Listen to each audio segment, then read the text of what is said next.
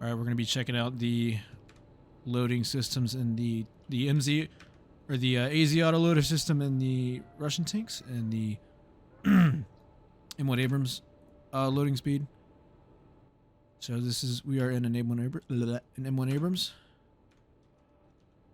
Pretty simple. This has a human loader, a person loading it. If we're firing armor piercing and we want to switch to heat, my bad, I just shot a Sabo. If I'm shooting Sabo and I want to switch to heat, so I have heat indexed, I'm going to fire Sabo.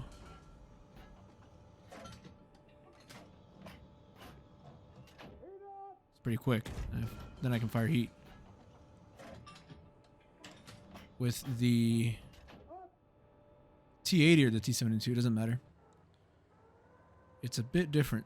If we look at the carousel, you can see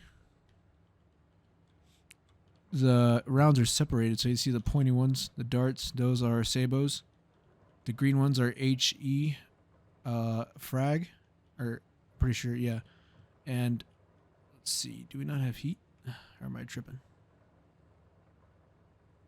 Okay, so yeah, the pointy darts are the Sabo rounds, and then the ones that are kind of like, they look kind of like the Sabos, but they're not. You can see they're a lot less pointier. Yeah, okay, that's how I zoom. Those are heat, and that's HE. So it's not anti-tank at all. It's only high explosive. So if we're firing Sabos, we'll go ahead and fire a Sabo. I want to go shoot another Sabo since the rounds are right next to each other. It's pretty quick.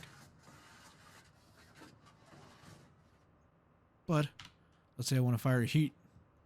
So we'll engage the same target. I'm going to fire that Sabo, and you're going to hear the carousels take a lot longer to get to the intended or the desired ammo that I want to fire next.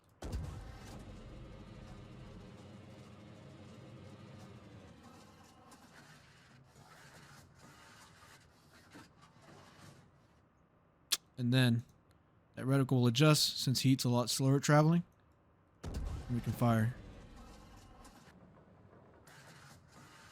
And this time it's quicker since I wanted another heat.